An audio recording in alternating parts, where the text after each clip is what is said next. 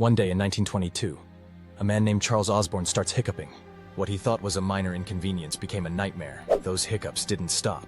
Not for a day, a week, or even a year.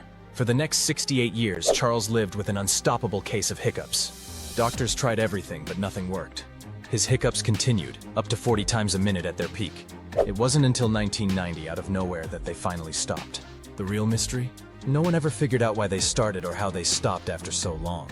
68 years of relentless hiccups and not a single answer.